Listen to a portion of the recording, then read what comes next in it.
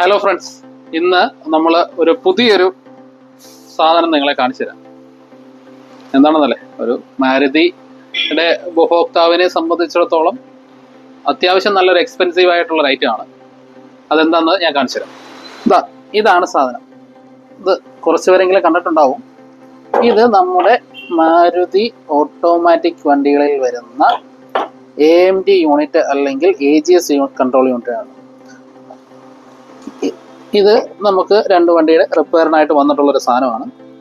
ഇത് എന്താണ് ഇത്ര എക്സ്പെൻസീവ് എന്ന് പറഞ്ഞു കഴിഞ്ഞാൽ ഞാൻ എന്താണ് വേറൊരു സാധനം കാണിച്ചുതരാം. ഇതൊരു കസ്റ്റമർ മാറാനായി പുതിയത് ഓർഡർ ചെയ്ത് നമുക്കിന്ന് വന്നിരിക്കുന്ന ഒരു ഐറ്റമാണ്. ഇതിൻ്റെ MRP നിങ്ങൾക്ക് കാണാൻ പറ്റും. 80,505 രൂപയാണ് ഇതിൻ്റെ വില.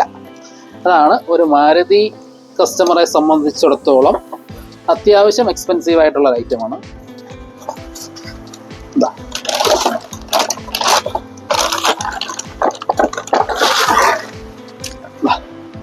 ഇതാണ് ഒരു പുതിയ AMD അല്ലെങ്കിൽ AGS കൺട്രോൾ യൂണിറ്റ് എന്ന് പറയുന്നത്. ആ AMD യൂണിറ്റ് നമ്മൾ റിപ്പയർ ചെയ്യാൻ നോക്കിയിട്ടുണ്ടായിരുന്നു. അപ്പോൾ അതിൻ്റെ സ്പെയർ കിട്ടാനായിട്ട് കുറച്ച് നമുക്ക് കാലതാമസം വരും എന്നുള്ളത് കൊണ്ട് കസ്റ്റമർക്ക് വളരെ ധൃതിയായിരുന്നു. അപ്പം കസ്റ്റമർ പറഞ്ഞതെന്ന് പറഞ്ഞു കഴിഞ്ഞാൽ, എനിക്ക് എത്രയും പെട്ടെന്ന് ഇതിൻ്റെ ഒരു ഫുൾ യൂണിറ്റ് കിട്ടുകയെന്നുണ്ടെങ്കിൽ ഞാനത് വാങ്ങി വെക്കാൻ റെഡിയാണെന്ന് പറഞ്ഞതിൻ്റെ അടിസ്ഥാനത്തിൽ നമ്മളിപ്പോൾ ഒരു പുതിയ യൂണിറ്റ് നമ്മൾ വാങ്ങി വെച്ചതാണ്. ഈ യൂണിറ്റുകൾ നമുക്ക് കൊറിയറായിട്ട് വന്നിട്ടുള്ള യൂണിറ്റുകളാണ്. ഇത് നമ്മുടെ റിപ്പയറിംഗ് പ്രോസസ്സ് കഴിഞ്ഞു.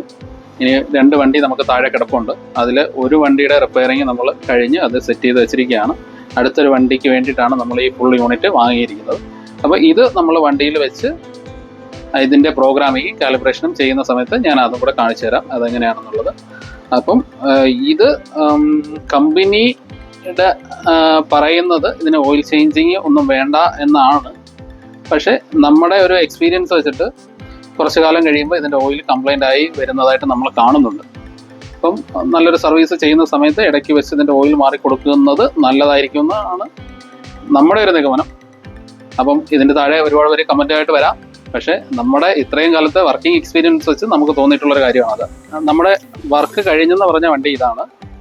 ഇതും വാഗണർ തന്നെയാണ്. ഇപ്രാവശ്യം എന്തോ വാഗണറിന് എന്തോ ഒരു സമയം ശരിയല്ലയോ എന്ന് അറിയില്ല. വാഗണറുകൾ മാത്രമല്ല നമുക്കിന്നുള്ളത്. നമ്മൾ ഓൾറെഡി റിപ്പയർ ചെയ്ത് വെച്ചിരിക്കുന്നത് വാഗണറുകൾ തന്നെയാണ്. ഇതാണ് നമ്മുടെ AMD യൂണിറ്റിൻ്റെ ഫിറ്റിംഗ് ഭാഗം. നമ്മളിതിൻ്റെ സാധനങ്ങളെല്ലാം നമ്മൾ മാറി റിപ്പയർ ചെയ്ത് വെച്ചിരിക്കുകയാണ്. നമ്മുടെ സർവീസിന് നമ്മൾ 6 മാസം വാറണ്ടി നമ്മൾ പ്രൊവൈഡ് ചെയ്യുന്നുണ്ട്. AMDയുടെ ഏത് വർക്ക് ഉണ്ടെങ്കിലും നിങ്ങൾക്ക് നമ്മളെ കോൺടാക്ട് ചെയ്യാം. മാക്സിമം വണ്ടിയായിട്ട് തരുന്നതായിരിക്കും എപ്പോഴും നല്ലത്. അപ്പം ഇനി അടുത്തതുള്ളത് നമുക്ക് ആ വണ്ടിയാണ്. അതിനകത്താണ് നമുക്കിപ്പം പുതിയ യൂണിറ്റ് ഫിറ്റ് ചെയ്യേണ്ടത്. കാണിച്ചു തരാം.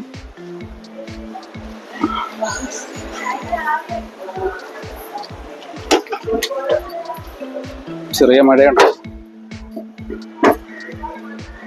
ഇവിടെയാണ് നമ്മുടെ AMD യൂണിറ്റിൻ്റെ ഫിറ്റിങ്. നമുക്ക് ഇത് വന്നിട്ട് ഒരു സാധാ ഒരു മാനുവൽ വണ്ടിയിൽ നമ്മുടെ ഗിയർ ബോക്സിൻ്റെ മണ്ടയിൽ ഒരു ആക്ടിവേറ്റർ വെച്ചിട്ട് ഗിയർ ചേഞ്ച് ചെയ്യുന്നു എന്നുള്ളത് മാത്രമേ ഉള്ളൂ. ഇതിനകത്ത് AMD എന്ന് പറയുന്നത് ഓട്ടോമേറ്റഡ് ട്രാൻസ്മിഷനാണ്.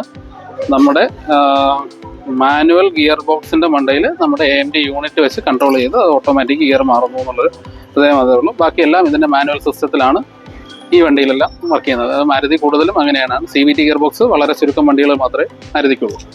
അപ്പോൾ നമുക്കിത് ഫിറ്റ് ചെയ്തതിന് ശേഷം നോക്കാം. നമ്മുടെ AMD യൂണിറ്റിൻ്റെ ഫിറ്റിങ് നടന്നുകൊണ്ടിരിക്കുകയാണ്. മെക്കാനിക്ക് വന്നിട്ട് ഫിറ്റ് ചെയ്യുകയാണ്. അങ്ങനെ നമ്മുടെ AMD യൂണിറ്റിൻ്റെ ഫിറ്റിങ് കഴിഞ്ഞിട്ടുണ്ട്. ഇനി നമുക്ക് പ്രോഗ്രാമിംഗ് ആണ്. അപ്പോൾ നമ്മൾ പ്രോഗ്രാമിംഗ് ലെവലിലോട്ട് പോവുകയാണെന്നുണ്ടെങ്കിൽ നമ്മുടെ വാഗണർ നമുക്ക് ഇന്ത്യ വന്നിട്ടുണ്ട്. നമുക്ക് പ്രോഗ്രാം ചെയ്യേണ്ടത് ട്രാൻസ്മിഷനാണ്. ട്രാൻസ്മിഷൻ കൺട്രോൾ യൂണിറ്റ് നമ്മുടെ പാർട്ട് നമ്പർ വന്നു. ഇതിൽ നമുക്ക് സ്പെഷ്യൽ ഫംഗ്ഷനിലാണ് പ്രോഗ്രാമിംഗ് ഉള്ളത്. ആൾ ലേണിംഗ് വാല്യൂ ഇനിഷ്യലൈസേഷൻ. അതായത് നമ്മുടെ ഇത് വന്നിട്ടൊരു പുതിയ യൂണിറ്റ് ആയതുകൊണ്ട് ഇതിനകത്ത് ഈ ടവർ എന്ന് ഉദ്ദേശിക്കുന്നത് നമ്മുടെ ഗിയർ ലിവറാണ്. ഗിയറിൻ്റെ പ്രോഗ്രാമിങ്ങോ ഗിയർ ഷിഫ്റ്റിങ്ങിൻ്റെ പ്രോഗ്രാമിങ്ങോ ക്ലച്ചിൻ്റെ പ്രോഗ്രാമിങ്ങോ ഇതൊന്നും നമുക്ക് ഈ മൊഡ്യൂളിൽ ഇല്ല.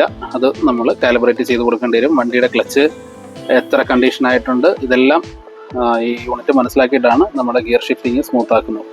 അപ്പോൾ ഇതാണ് നമുക്ക് ചെയ്തു കൊടുക്കേണ്ട പ്രോഗ്രാമിങ്.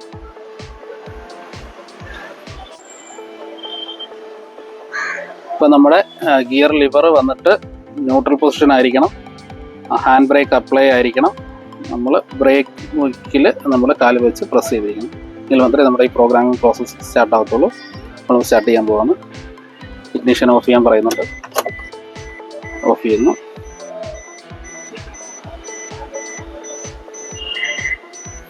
ഓൺ ചെയ്യാൻ പറയുന്നു.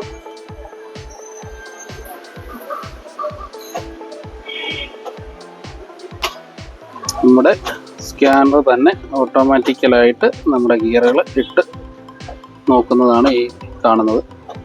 നമ്മുടെ പ്രോഗ്രാമിംഗ് നടന്നുകൊണ്ടിരിക്കുക.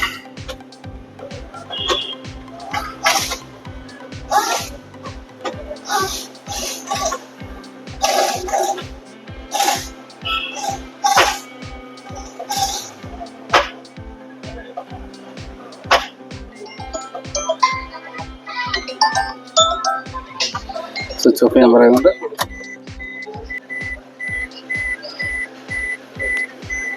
ഓൺ ചെയ്യാം.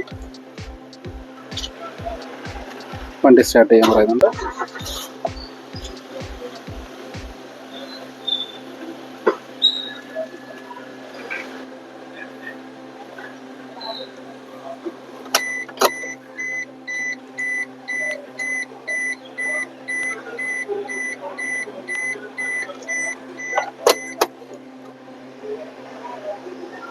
നമ്മുടെ പ്രോഗ്രാമിംഗ് കംപ്ലീറ്റ് ആയിട്ടായിരുന്നു.